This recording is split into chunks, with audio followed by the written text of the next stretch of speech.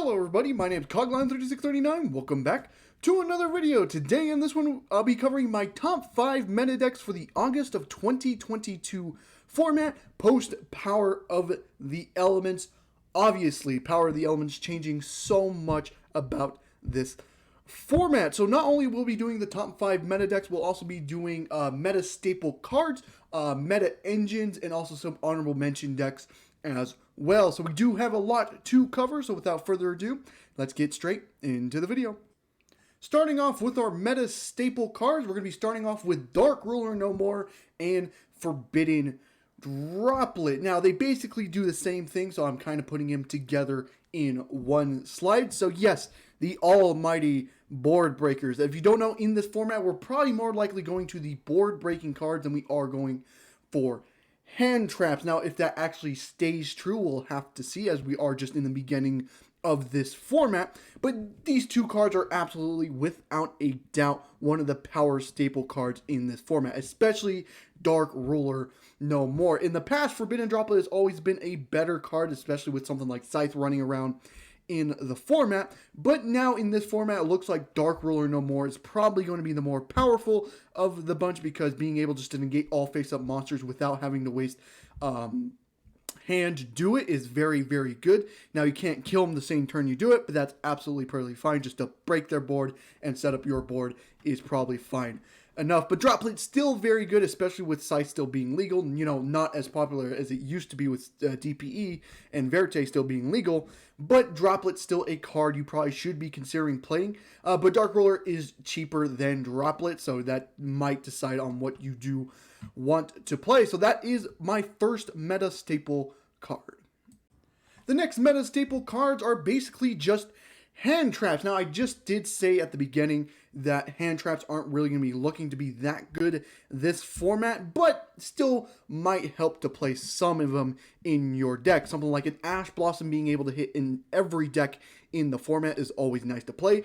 DD Crow being able to hit most of the decks right now is also kind of insane. Being able to hit the Splight deck, being able to, you know, DD Crow whatever they want, a special summon off Elf, or being able to DD Crow the Rodent Toadin, or, you know, DD Crowing Toad, whatever you want to DD Crow from the Splight player. DD Crowing a Terra Element is also insane in this format as well, so DD Crow also gets an honorable mention there. And then Gamma should be mentioned as the third hand trap. It looks to be very powerful, especially against the Splight players, because again, if you Gamma their normal summon, you basically put them on, you better have the starter, or you're going to have to pass it back to me. So yes, hand traps, even though they're going to be less popular this format, there's still some hand traps you could worth consider playing in this format. Ash Blossom, DD Crow is what comes up to mind for me, and then the Gamma as an honorable mention third as well. Next thing up on the meta staple cards is the pot card, either Pot of Desires or Pot of Prosperity. Both of them are very good. It just depends on what the deck you are playing. If you're playing a deck that's playing mostly just 3-ofs but does care about its extra deck, you're most likely going to be playing Pot of Desires. But if you're playing like 1-ofs in your deck and you don't really have, like, you have most of your deck or extra deck settled, but you have a couple extra cards in your extra deck that you can mine worth banishing, then of course Pot of Prosperity comes up as well. Desires is semi-limited and Prosperity is at 3, so that might also decide what pot card you might want to play. Both pot cards are very, very, very good, but if you want my opinion, I think the personal favorite right now is Pot of Prosperity. Now, the only thing with Prosperity is that it is expensive as well, as Desires is rare in, like, its lowest thing is a rare. It might be a common as well. So easier to get Desires than is Prosperity, but Prosperity being a powerful card and looking to maybe get a reprint somewhere in this format as well, always worth considering. Again, either pot card works, whatever one you want to do, but yeah, any pot card will do.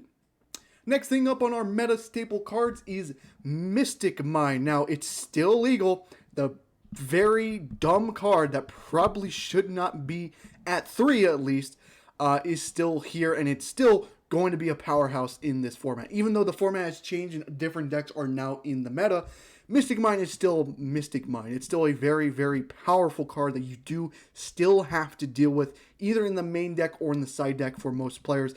Yeah, still have to worry about this card until it eventually either gets limited or banned.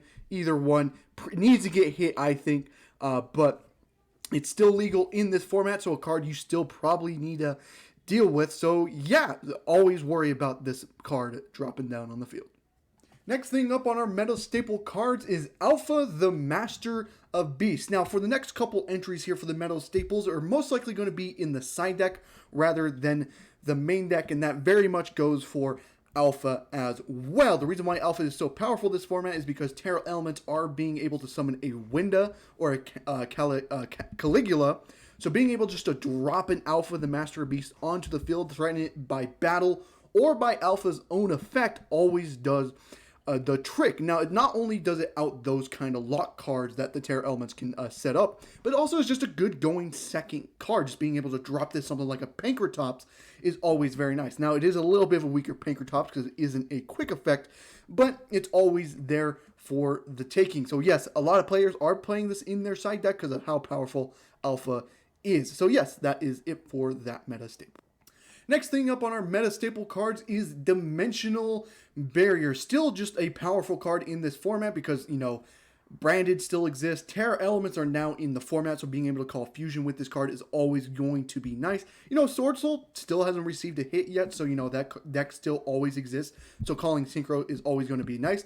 Dimensional Barriering, calling XYZ against Splites and Exosister also does work as well, especially for Splites, because it seems like it doesn't really matter that much, but preventing him from getting to the XYZ is always insane. So Dimensional Barrier is still probably going to see play in this format because it's absolutely an insane card. Again, we're not in a heavy link format, so this will always be in people's side deck, and it's still a card you still need to worry about. Next thing up on our meta staple cards is Solemn Judgment. Now, the reason why this is in here is because it basically outs the Dark Ruler or Forbidden Droplet, because Dark Ruler says your opponent cannot respond to Dark Ruler except by spells and traps, so they can't respond with monster effects. So Solemn Judgment can out Dark Ruler no more. Also, Forbidden Droplet prevents you from responding by from the cards you sent. So if you sent like a monster and a spell, monsters and spells cannot respond to Forbidden Droplet. Now, most players aren't sending traps, so Solemn Judgmenting the Droplet also works as well. This is just a very powerful card, especially in like a game 3 when you're going first, when you know they're going to have those board breaking cards. That Solemn Judgment does come up. Another honorable mention comes up as well with a Pointer of the Red Lotus, just looking at the hand, getting that information, and then banishing like the board breaker that's going to break your board also works as well. So cards you still have to worry about, especially in an important game 3 when you're going first. A Pointer of the Red Lotus as an honorable mention, and also Solemn Judgment itself. Now on to the meta engine portion of the video, starting off with the Adventure Engine. Still a very powerful engine that a lot of people might be forgetting about, especially with this new format coming in, but still a powerful engine out of itself. If you don't need your normal summon, the Adventure Engine will always work for you. This engine, very powerful, being able to get searchable off of like Journey, the Journey, and then the Water Enchantress being able to search the right being able to summon a token, and then, you know, get to the races, getting an Omni Negate with Griffin and stuff like that. Still very powerful. If you don't need your normal summon in your deck, this is always something you need to think about with your deck. Always there, especially since it's still at 3, still has not received a hit. Very, very good engine you do need to think about. Next thing up for our meta engines is the Punk Engine. Now, if you don't know what this engine does, basically just sets up a Chaos Ruler plus either the Zombie Vampire or a Halki Fibrax, depending on what your strategy is going for. Still a very powerful engine, especially with Itelli being at 3, being able to, you know, get into a free mill 5 or even a mill 9 if you go for the Zombie Vampire, and then, you know, mill 5, or if you summon the Zen Admin instead of Foxy Tomb, you can go ahead and make a Halka Fibrax, get into tuner plays, and maybe even set up a Scythe play from there. Still a very powerful engine, especially with the Terra Elements being able to mill a lot already, and then throwing in the Punk Engine as well, just being able to mill basically half of your deck is always going to be insane. So always something you do have to consider if you do like milling and want to get graveyard effects going, that the Punk Engine should be in your deck. Now, that is it for the entire meta engines. I know only 2 of them. But without further ado, let's get into the honorable mentions.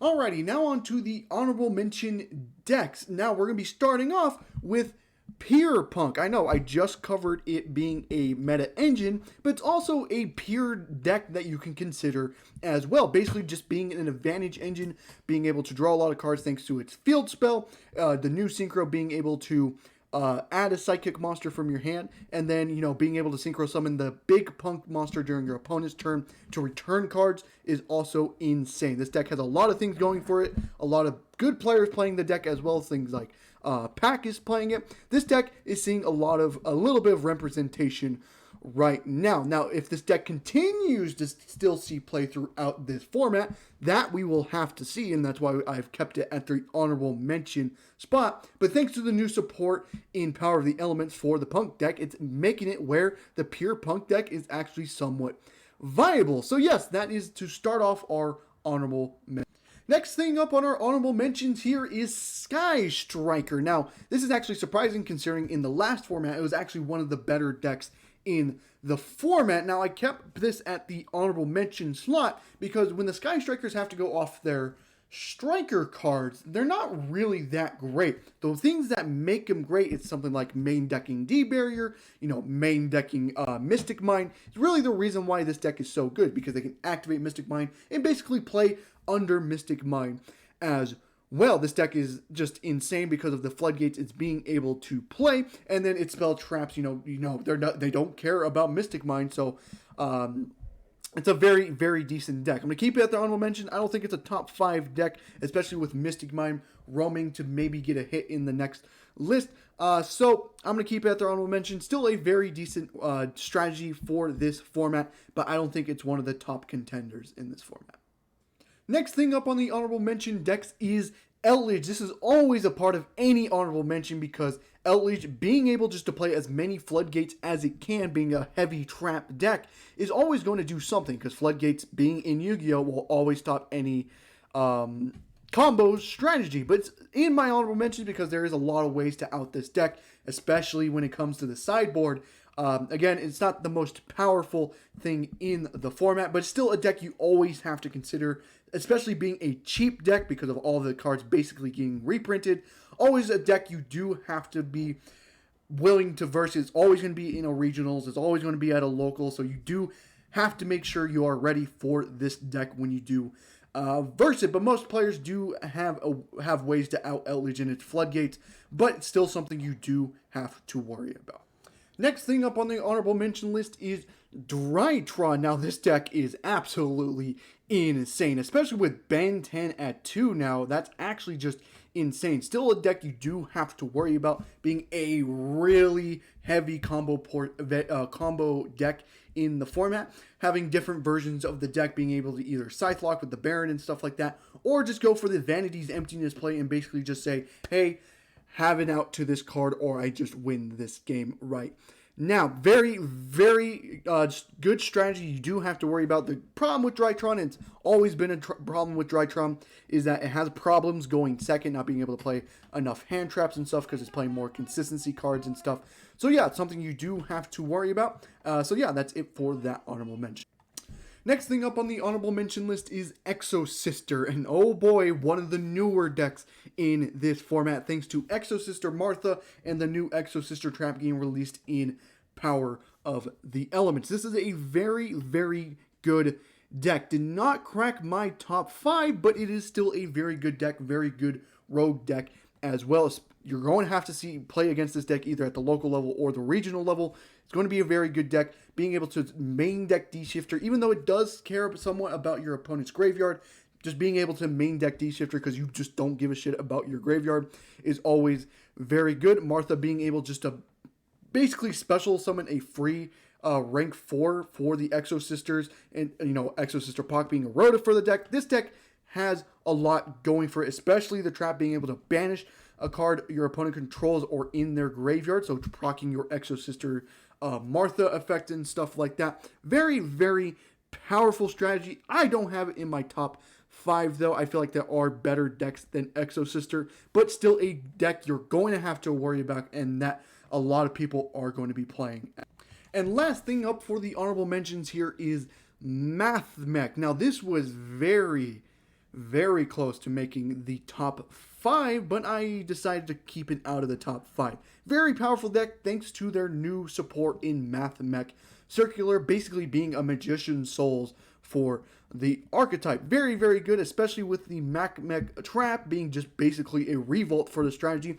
Has a lot of things going for it. Basically being able to play hand traps in its deck, being able to play board breakers, and then having a very simplistic combo as well. A lot of players might be on this deck because it's also very cheap as well to get. I think Circular is only a super Empower the Elements, so being just like $1 or $2 is always just going to be very, very nice. You're going to have to worry about the strategy. Strategy has a lot going for it. Is it going to see more player later on? We'll have to see. That's why I kind of kept it in the honorable mentions, just in case it might be powerful now, but maybe later in the future, once the format gets more solved, maybe Math Mech falls out of format. But it's always something you do have to consider, especially with their synchro being unaffected while being in the extra monster zone is also kind of insane and do have to worry about. Again, very, very good deck you do have to worry about. But that's it for the honorable mentions. Now on to the top 5. Coming in at number 5 is Branded Despia. Now, I do have to mention this is not with the Terra Elements. This is just Branded Despia as it was last format without the Terra Elements. Now, you can absolutely throw the Terra Elements in there, but we'll save that once we get to the Terra Element portion of the video. Kind of a spoiler alert, but we'll get to it once we get there. But just the pure branded stuff itself is still kind of insane. Being able to, play the Super Poly, always being able a deck that can go second and break boards because of how powerful the deck is. Branded Fusion just being a Foolish Burial is always going to be insane for the deck. Having Branded Opening, it has so much going for it right now, especially with the Terra Elements, but again, save that for a different entry. Just the pure Branded Despia itself, I still feel like is a very, very powerful deck. And while people don't have the Terra Element stuff yet, Field Spell being super expensive, I can always see them backing up on this strategy because it is a very powerful strategy, especially if we're entering a format that's not playing that many hand traps and playing more board breakers.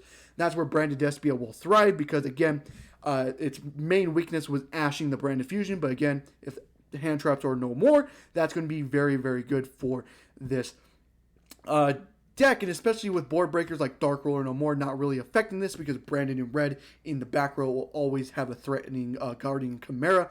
Very, very good deck. I feel like it's still very good without the Terra Element, so it is at my number 5.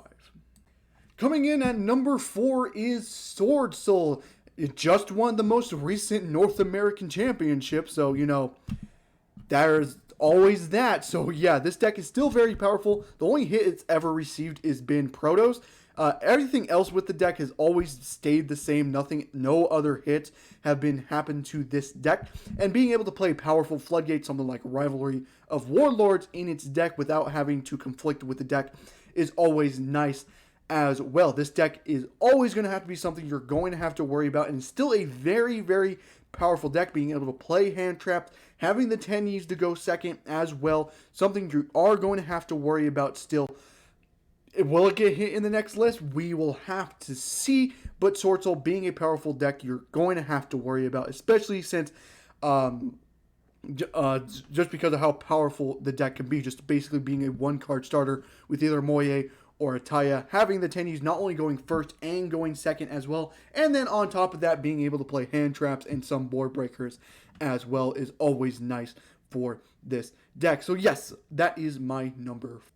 Coming in at number 3 is Dragon Link. Now, I feel like this deck is still very powerful, even with the new stuff that came out in Power of the Element. I feel like this deck is still very explosive. It was represented well at the North American Championship. It plays the adventure stuff because it doesn't really need its normal summon, so it has another advantage going in it as well. This deck is still very powerful, being able to set up on a Baron, being able to Scythe Lock as well, having the snow in the graveyard. This deck has a lot going for it, being able to play through interruptions as well. This deck is still very powerful and something I will die on, even this deck is still insane. I know a lot of people are going to be focusing on the number 2 and number 1 spot as being, the most powerful decks, and quite rightly so, but this is a deck you still always have to watch out for. It hasn't been well represented recently because of the Power of the Element release, but I think eventually when we get more into the meta in this current cycle,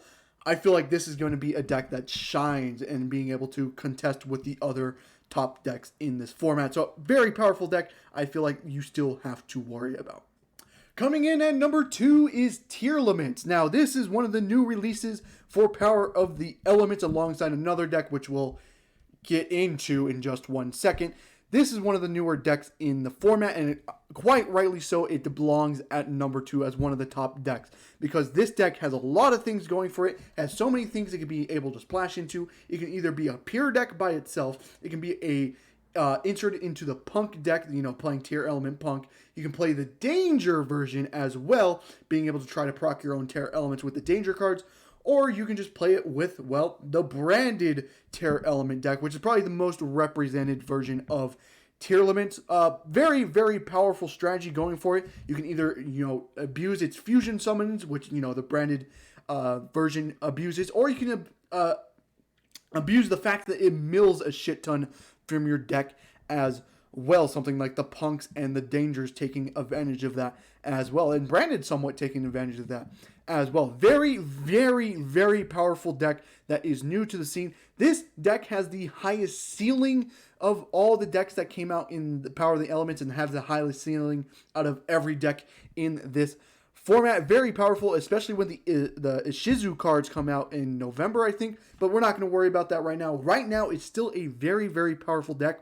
In my opinion, I feel like it's the best deck, but that's my opinion. This is just overall what people think. Number 2, Tearlaments is also just a very, very, very good deck, and I can't wait to see what people can do with this. So yes, that is my number 2. And coming in at number 1 is Sprite. Obviously, this is the number 1 deck. Now, I did say in the Tear Element that I feel like Tear Element should be number 1, but the reason why I gave Sprites number 1 is because of how hyper consistent this deck is. It's being able to splash with any level 2 deck, Melfi, Evil Twin, pick your poison. You can just throw like Deep Sea Diva and Nimble Beaver as just a normal summon if you just want to play pure Sprites. And being able to play the Swap Frog version with the Totally Awesome is also insane for this deck. It's just very, very good. Having a Monster Negate and a Spell and Trap Negate in their main deck. So playing something around Scythe, even though Scythe would still hurt this deck. Gigantic Spite not only locking you and your opponent out of level 2s are insane, so they can play around Nibiru. Elf being able to Monster Reborn a level 2, or if your opponent controls a monster, a XYZ or Link 2 as well. This deck is very, very good, and it will not be going anywhere anytime soon, because this deck is super hyper consistent, and, you know, this Blue and Jet being able to search a lot of stuff. Starter basically just being a starter is also insane. Any level 2 gets you into full combo in this deck, and it has a lot of ways to splash shit in its deck as well. So yeah, that is it for the entire video. I hope you guys did enjoy. I know I did rush through a lot of the entries because we did have a lot to cover in this video, so I did want to rush just a little bit. But yeah, hope you guys enjoyed, and I'll see you guys in the next one. Goodbye.